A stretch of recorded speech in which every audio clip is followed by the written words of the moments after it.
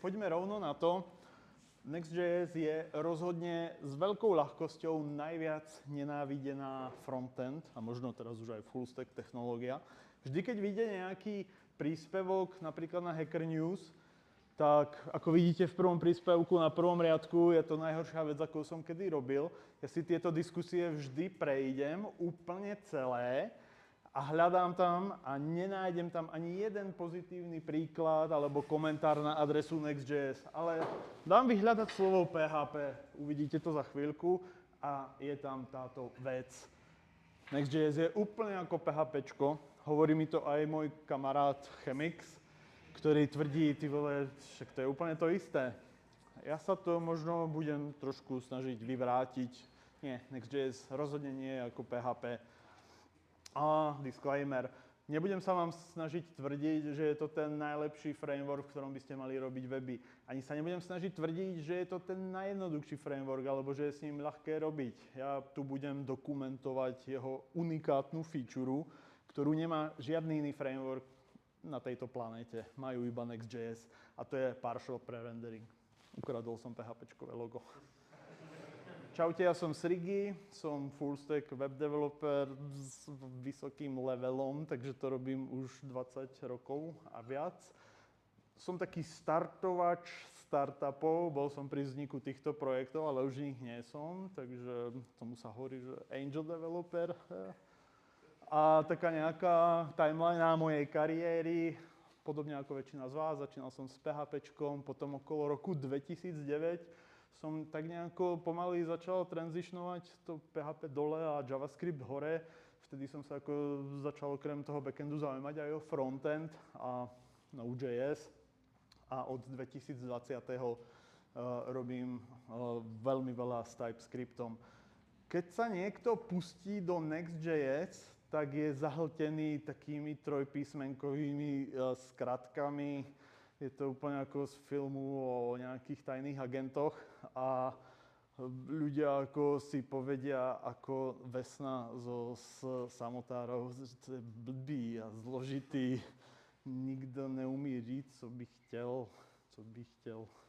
Ale kto povedal, že Next.js je ako PHP, ako prvý? Tento týpek.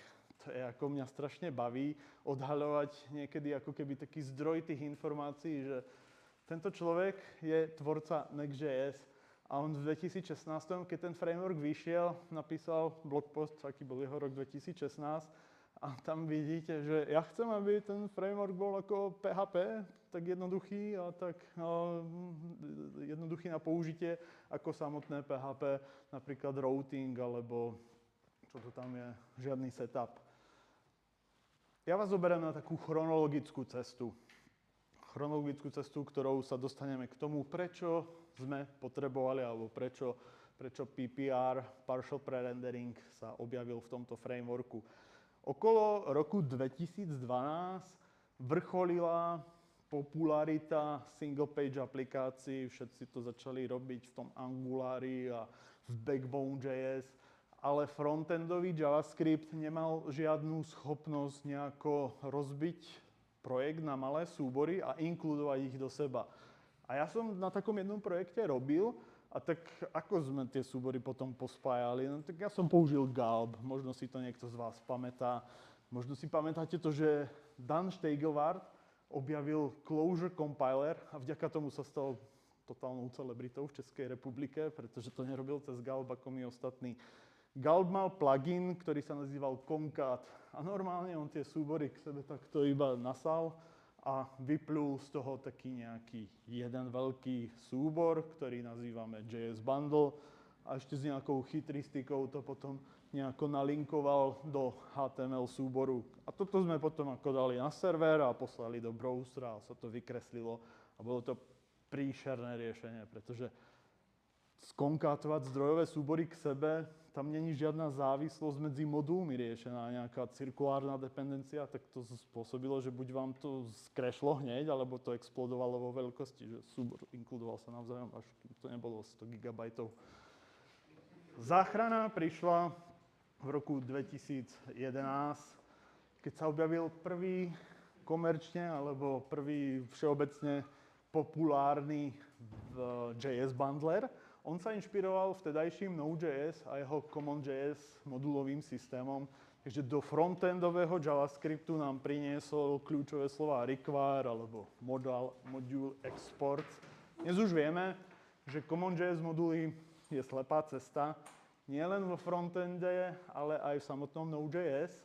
A tak o 3 roky neskôr sa objavila táto kombinácia 6 to 5, možno to poznáte pod novším menom Babel.js. Oni sa premenovali asi v priebehu 2 týždňov, alebo tak nejak strašne rýchlo. A oni stavajú na modernom stacku, na ECMAScript moduloch, kľúčové slova import a export, to, čo dáva o mnoho väčší zmysel ako CommonJS.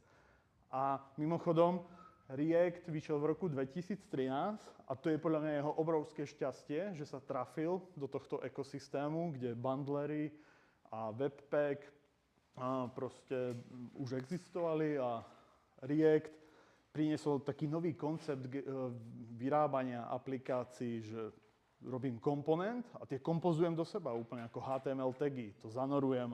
A je to strašne príjemné a je to vlastne geniálny spôsob, ako robiť frontendové apky alebo apky, ktoré majú UI. Vieme, možno aj v PHP to poznáte, že dedičnosť nie, ale kompozícia áno. Tak React je podobná logika. No a do toho prichádza v 2016 Next.js. Prečo? Bo Webpack, to je príšerné ho nakonfigurovať, je to extrémne príšerné ho nakonfigurovať dobre. Napríklad, keď chcem ako urobiť chunking, aby mi to rozsekal na niektoré bundly, aby keď som na route index, aby sa mi naťahovala zdrojový kód pre row to card alebo product detail. Tak toto sa vo Webpacku dalo spraviť, ale bolo to extrémne ťažké. Toto Next.js za vás riešil. Prišiel s týmto hlavným ako keby proposition. My používame Webpack, ale vôbec sa o neho nestarajte. Je to tak jednoduché na použitie ako to staré dobré PHP. A nehovorím o PHP typu frameworky, model view controller, ale možno niektorí si pamätáte, že ste robili PHP aplikácie typu mail PHP a tam odkazoval ten Apache server priamo, keď ste klikli na nejaké poslanie mailu, že to routovanie bolo na úrovni file systému. A toto presne aj Next.js prináša. Routovanie na úrovni file systému. Takže ten projekt vypadá teraz takto. Máme tu jeden veľmi špeciálny adresár alebo folder pages a súbory, čo sa v ňom nachádzajú, sa presne mapujú na to, čo je potom v URL. Keď napíšem about, lomitko about do URL-ky, tak sa spúšťa about v pages adresári. Je tam nejaký smiešne pomenovaný product detail Slack a to je tzv. Dynamická routa. Čiže ten Slack nám ako keby do premennej s názvom Slack chytá všetky reťazce, ktoré do nej prídu a v tej stránke sa nám to potom objaví v tej hodnote Slack. Next.js má potom veľmi jednoduchú štruktúru, napríklad aj package.json, že toto v princípe iba 6 riadkov, 3 skripty, build, dev a start a 3 dependencie. A to platí dodnes, ale takto to bolo už aj v tom roku 2016. A zapamätajte si, že tam sú tie 3 skripty. My sa budeme baviť iba o builde a starte alebo runtime. Nebudeme riešiť development, nás zaujíma to, ako sa ten Next.js správa, keď je nasadený už na servery a beží. Takže ako napríklad vypadá zdrojový kód stránky About? A ja začnem ňou. A prečo začnem ňou? Lebo je to príklad stránky, ktorá je totálne statická. Nie je v nej žiadny výpočet nejakých dát, nejaký processing. Proste iba inkludnem 3 komponenty, layout, navbar, footer a staticky to vyrenderujem, nejaký image a tá stránka proste nerobí nič, iba zobrazuje svoj vlastný obsah. Je to v princípe by to mohlo byť statické HTML, že? Takže čo sa stane, keď v tom našom Next.js sa rozhodneme zbuildiť ten projekt? Tak sa naštartuje Webpack, ktorý je extrémne ťažké nakonfigurovať, ale nemusíme to riešiť, to je za oponou. Next.js to rieši za nás. Takže on pozbiera tie naše pages a tie ich importy, čo sú v nich, pretože využíva Webpack.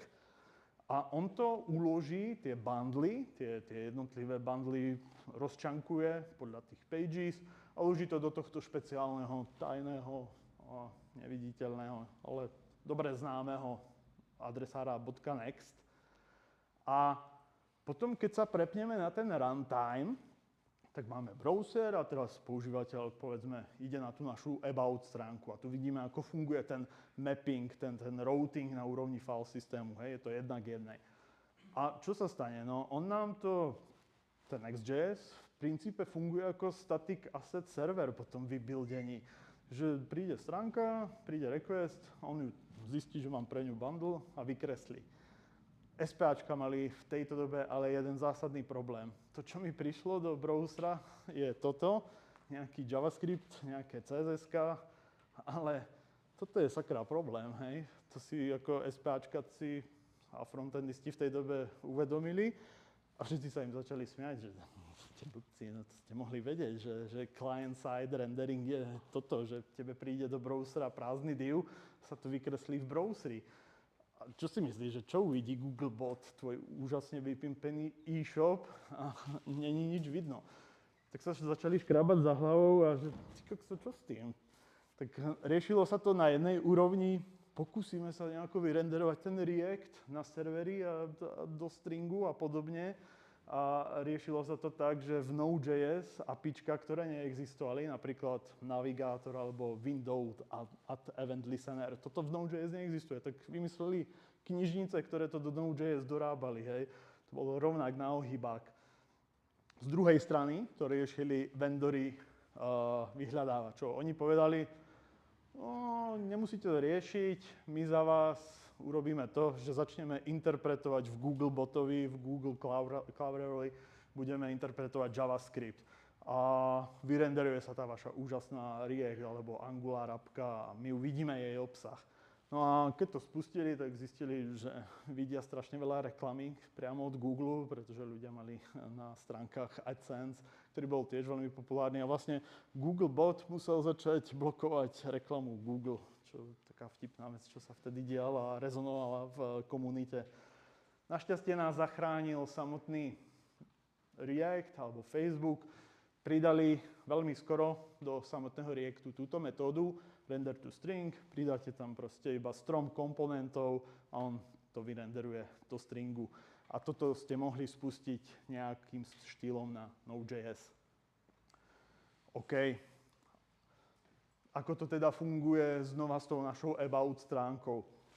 Spustí sa build proces, zameriame sa iba na tú našu about, to dobehne do Webpacku. Webpack vygeneruje JS bundle pre našu about stránku, ale oni urobia ešte jeden krok naviac. Oni pre ten získaný string z toho React komponentu alebo z toho celého stromu, oni si odložia to, čo to vygenerovalo do HTML súboru. Urobia si súbor a tiež ho pošľú do toho next súbor adresára. A potom, keď tá stránka beží, tak Next zistí, keď príde request na tú stránku, priamo about, že aha, ja mám tu prichystaný HTML súbor, ja nemusím nič vypočítať, ja iba som static asset server a iba ti to tam pošlem a v browseri sa objaví HTML kód kompletný, nielen prázdny div tej našej about stránky. A to je práve kvôli tomu, že tá about stránka je veľmi statická, že tam nie je žiadna logika. Tomuto sa hovorí SSG, alebo Static Site Generation. Toto je defaultný mód vykresľovania Next.js aplikácií. No ale OK, povedali si developeri, Next.js skvelé, SSG je bomba, ale my tu máme tú index stránku a tam je nejaký katalóg produktov a my by sme strašne chceli, aby sa to vygenerovalo dynamicky. My tie produkty máme predsa v databáze. Nemôžete po nás chcieť, aby sme do index.js, keďže je tam SSG, to tam napísali na tvrdo, to je kravina, nie? My to chceme nejako takto tam mať, hej? Že máme nejaké pole produktov a preiterujem ho. Kam máme dať získanie toho objektu product? Mám to dať tu? Môžem to tam dať, že si šáhnem do databázy? No, to by vyžadovalo, aby ten komponent, keďže to je await, tak ten komponent musí byť označený async, hej?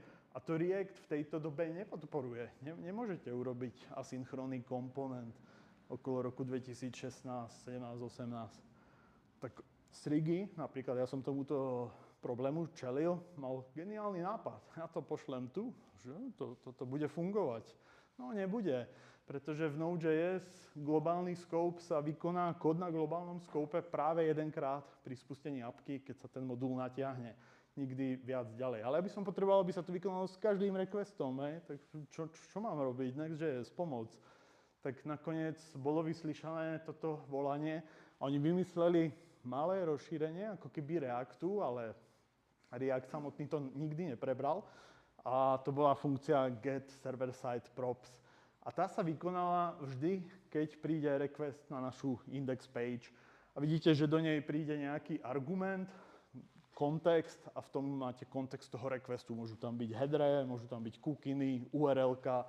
Takže vďaka tomu ste mohli vrátiť napríklad zoznam produktov, ktorý bol personalizovaný pre toho človeka podľa cookiny a podobne. A tým, že to bola asynchronná funkcia, tak ste si tam mohli volať databázu a získať si názov, tie produkty z databázy.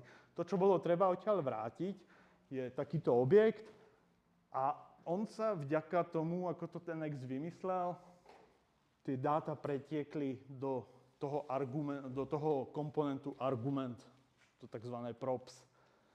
Výborne. Tam sa bolo treba naučiť jednu vec, že tento kód, aj keď to bolo v jednom súbore, tento kód sa vykonáva na serveri a tento kód, ten sa vykonáva na serveri aj na klientovi. Už to ako keby tá práca s tým Nextom začína zozložiťovať, hej? Ale je to len jednoduché pravidlo, ktoré sa treba naučiť, keď sme proste chceli mať dynamické vykresovanie stránky. Tomuto sa hovorí SSR. Alebo server-side rendering. A mimochodom, toto nebola doba, keď to prišlo do Next.js, že by sa niekto ozval, Next.js je úplne ako PHP. Ešte nie. Aj keď práve teraz sa Next.js dobehol ako keby featurami PHP alebo klasické backendové jazyky. Oni ešte sa do tejto retoriky nepustili. Čo tá naša špeciálna dynamická routa Slack? Pretože pri nej je veľmi dôležité, aby bola extrémne rýchla. Keď tú stránku otvorím a otvorím detail nejakého produktu a keď sme teda na nejakej e-commerce platforme, toto je to miesto, kde sa SEO mení na revenue. Nemusím nikomu spomínať poučku od Amazonu. Každých 100 milisekúnd latencie je minus 3% zákazníkov. Máte tam 300 milisekúnd latencie na vykreslení produktu detailu a 10% zákazníkov odíde. My, alebo celá tá komunita, ktorá začala robiť na Next.js e-commerce, povedala si, my by sme chceli, aby ten produkt bol extrémne rýchly. My to nechceme vykresovať pomocou toho SSR, keď je Black Friday alebo Vianoce, tak tie naše servery sú preťažené a vykresovať každý jeden produkt pri tej obrovskej návštevnosti, no to by bolo nezmyselné. Šlo by to nejako ako predrendrovať, a Next.js opäť toto vyslyšal. A obsah toho nášho súboru Slack, tak máme ten náš klasický React komponent. Zhora pomocou argumentu prídu nejaké dáta, ten produkt. A ja ho proste iba vykreslím, nejaký titulok, obrázok, description. A odkiaľ sa tie dáta zoberú, keďže je to dynamická routa. Teraz treba do toho komponentu pridať dve funkcie. Jedna je getStaticPaths. Tam si napríklad načítam 100 najpopulárnejších produktov momentálnych. A iba ich nejako premapujem a z tej funkcie iba vrátim pole slagov. Nič viac, nič viac. A to pošlem do druhej funkcie, ktorá sa spustí presne 100 krát, lebo v tej prvej som urobil pole, v ktorej je 100 itemov. A tá proste načíta item slag po slagu, vždy produkt po produkte a ten sa potom objaví v tej tretej funkcii v tom našom React komponente. A toto je dôležité si povedať, že nebeží počas runtimeu, toto beží počas build timeu. Takže sa prepneme do buildu, ten náš Slack, čo sa stane, hej, keď sa spustí build tej našej dynamickej routy. No tak naštartuje sa na pozadí nejaký webpack, abstrahuje to Next.js pre nás a on vidí, OK, tak táto stránka má v sebe getStaticPaths, tak ju zavolám, ona vráti 100 slagov, to sú tie dáta, čo z nej vylezú, z tej jednej funkcie a ona vie, že potom má volať 100 krát tú druhú funkciu. A A keď ju zavolá, tak sa vygeneruje HTML súbor a uloží sa tam. Vygeneruje sa pre druhý, bam, pre tretí, pre štvrtý. A on ako keby predrendruje tie product detaily pre tých našich 100 populárnych produktov a ukladá to do toho next adresára. A potom čo sa deje v tom runtime?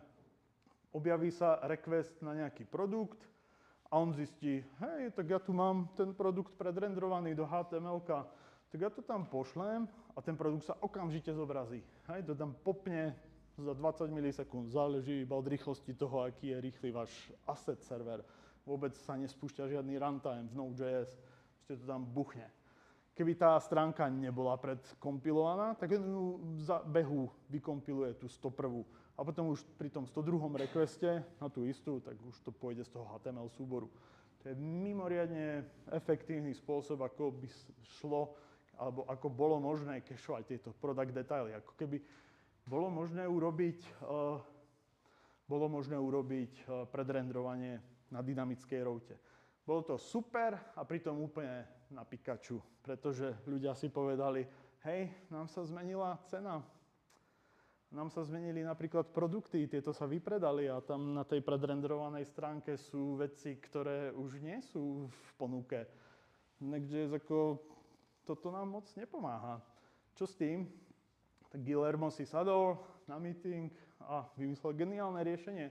Však pridajte do tej svojej funkcie, my sme vám prichystali nové APIčko a dajte tam tento objekt revalidate 900 a ona sa tá stránka pregeneruje každých 15 minút a nazvali to ISR, Incremental Static Regeneration. A oni si povedali, ty vole, nie, to není riešenie toho problému. Nám sa každých 15 minút ten web beží a potom všetkých 100 produktov sa pregeneruje a zase beží a zase sa to sekne. Alebo bol tam možné dať ešte fallback blocking alebo fallback non-blocking. A to bolo, že OK, tak nám to v tom 15-minútovom okne sa zmení cena a všetci tí ľudia v tom HTML súbore vidia nesprávnu cenu a potom v košíku vidia niečo iné, ako videli na detaile. To není riešenie tohto problému USR. Takže blbej a zložitej ten náš Next.js. Guillermo spravil nemožnú vec. Šiel nakupovať do firmy Facebook alebo Meta, neviem ako to vtedy bolo, a kúpil alebo pretiahol k sebe najlepších React developerov do firmy Vercel a výsledkom ich práce je ďalšia skratka, RCS. A to znamená, že oni uviedli tzv. React Server Components. To sa stalo v roku 2022 s verziou 13 a je to ten najhorší release v histórii releaseov frameworku. Pretože oni, idioti, si zobrali tak strašne veľa do toho releaseu. Dali tam use client, dali tam úplne nový routing, dali tam vniezdené routy a dali tam hlavne zmenenú cache stratégiu. Toto bol tak podelaný release, sorry za výraz, že to fixovali 1,5 roka.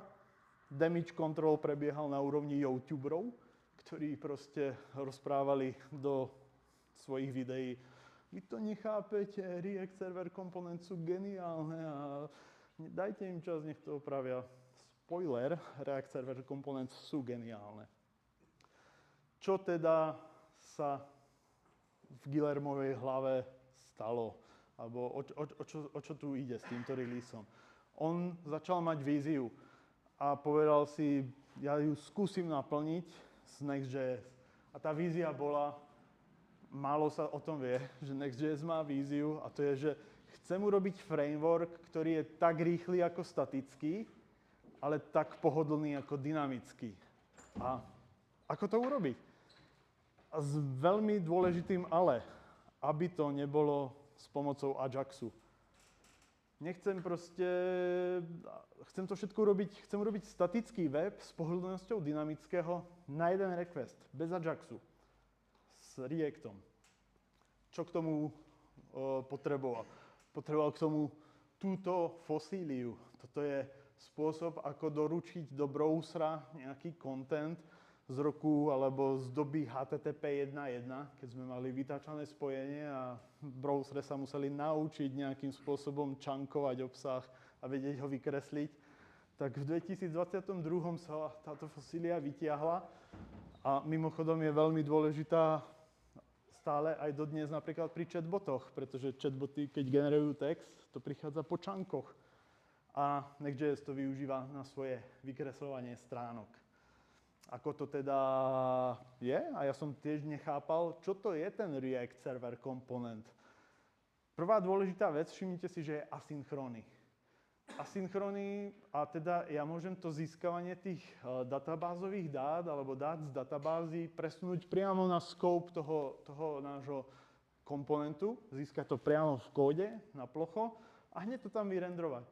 Čo je dôležité, je to možné urobiť v ľubovoľnom komponente, v hĺbke stromu tých komponentov.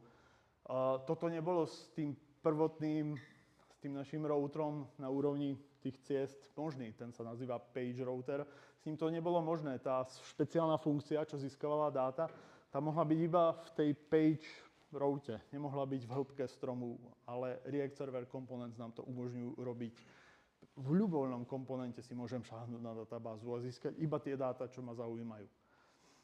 Ja ako keby vyrobím, ja chcem dosiahnuť to, že mám nejakú stránku, detail produktu, ktorá je statická a sú v nej nejaké dynamické ostrovy. Napríklad tá naša cena. Chcem, aby sa vyrenderovala takto. Že toto mi príde do browsera, že je tam predchystaný nejaký spinner a ten spinner je vymyslený staticky, že je to nejaký kus HTML, na ktorom je nejaká animácia z CSS, alebo je tam GIF, alebo je tam napríklad nejaké SVGčko. A keď sa tá cena nejako získa, tak sa to iba prehodí. Ale chcem, aby tam ten spinner bol predrendrovaný a iba v tomto malom úseku bol ten web dynamický. Inakšie všetko je statické.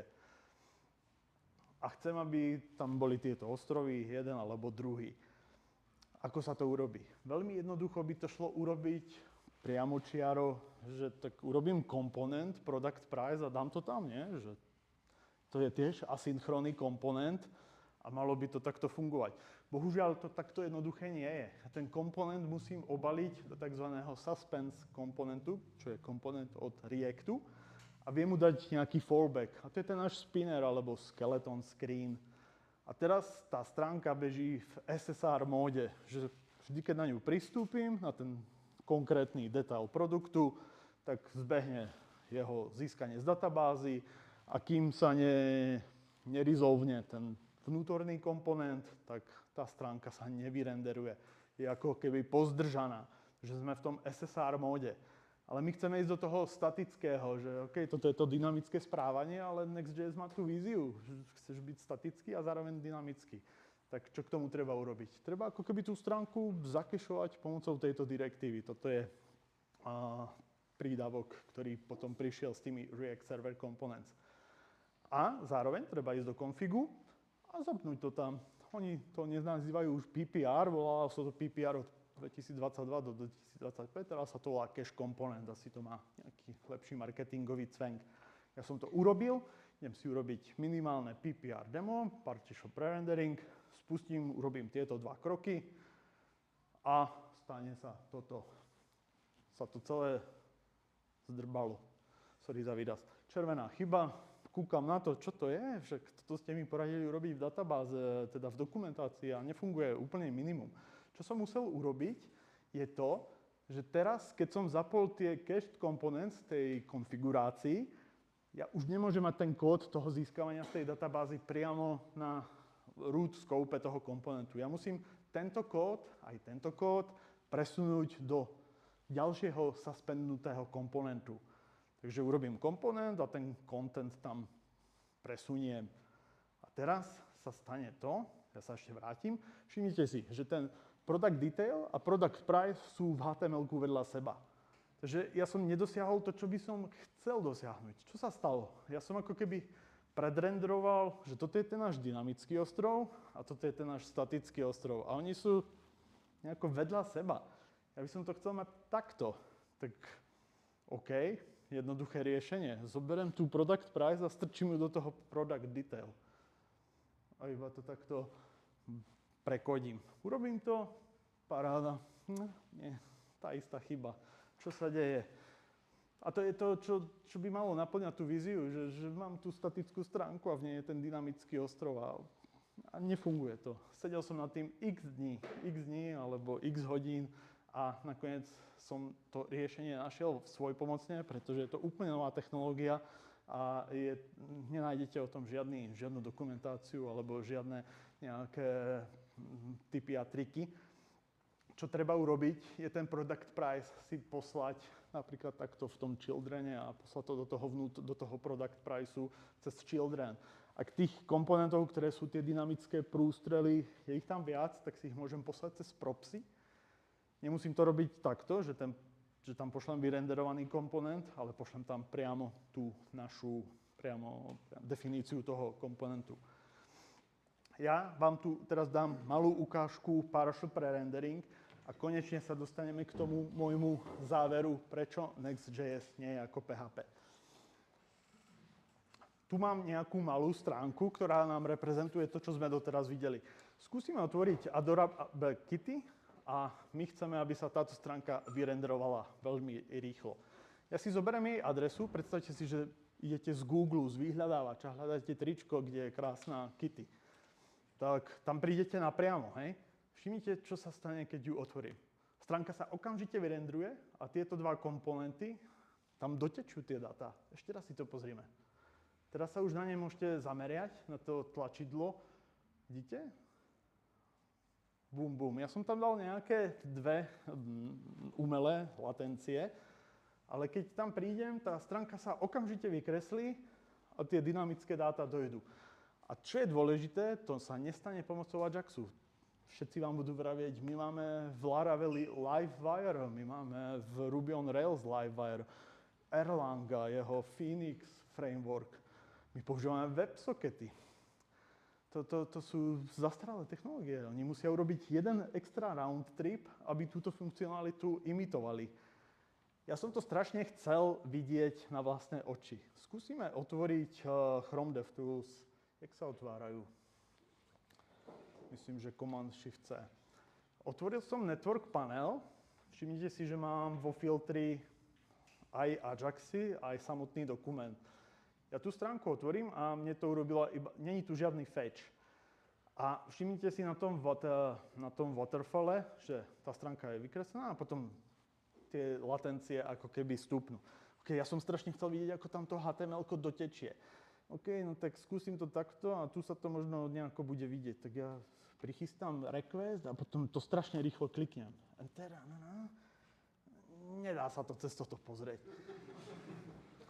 Ja som teda skúsil sa rozprávať s mozgom sveta, že ako to urobiť a on mi doporučil skvelé riešenie.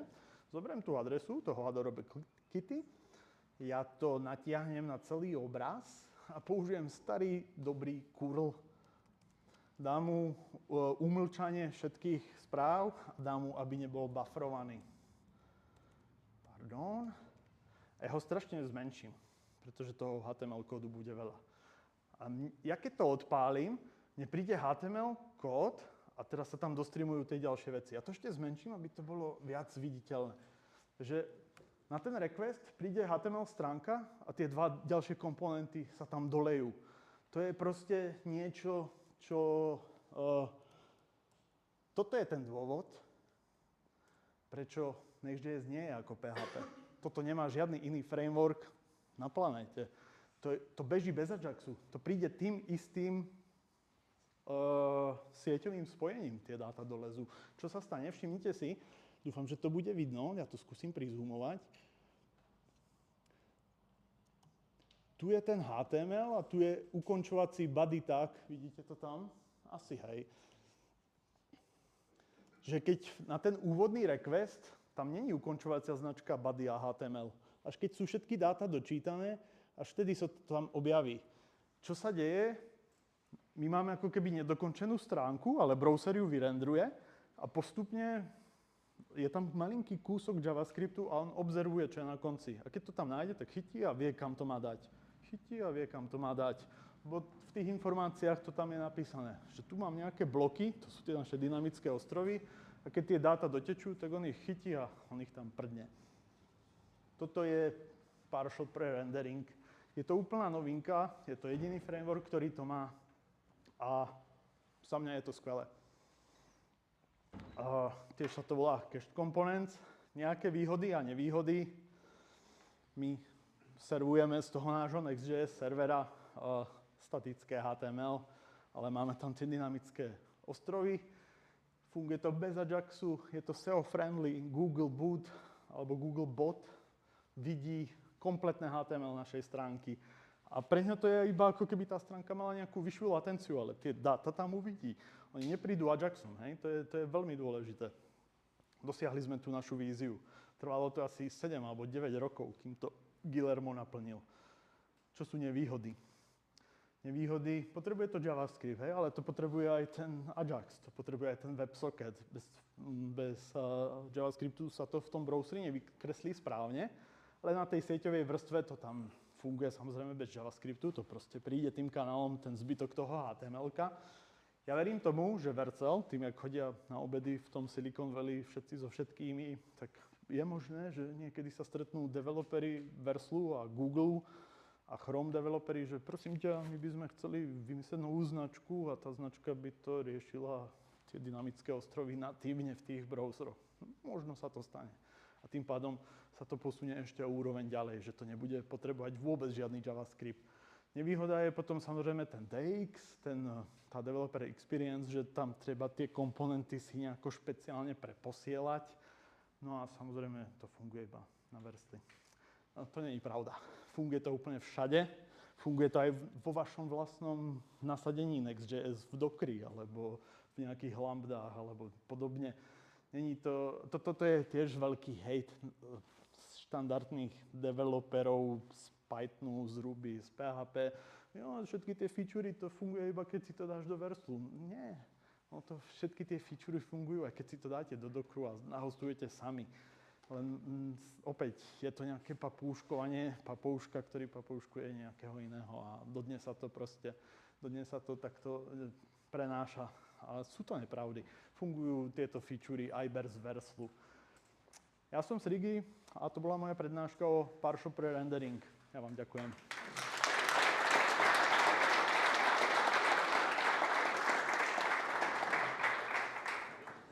Srigi, děkuji. To nadšení tvé pro Next.js je úplně cítit. Máme jeden dotaz, já za něho nemůžu, jo? Od Felixe. Chápu správně, že to je jako nete snippety? Vôbec. Nete snippety potrebujú Ajax. Ale videl si, asi si to napísal tú otázku predtým, než som spustil curl. Já jsem tam dal smiley. OK. Jo.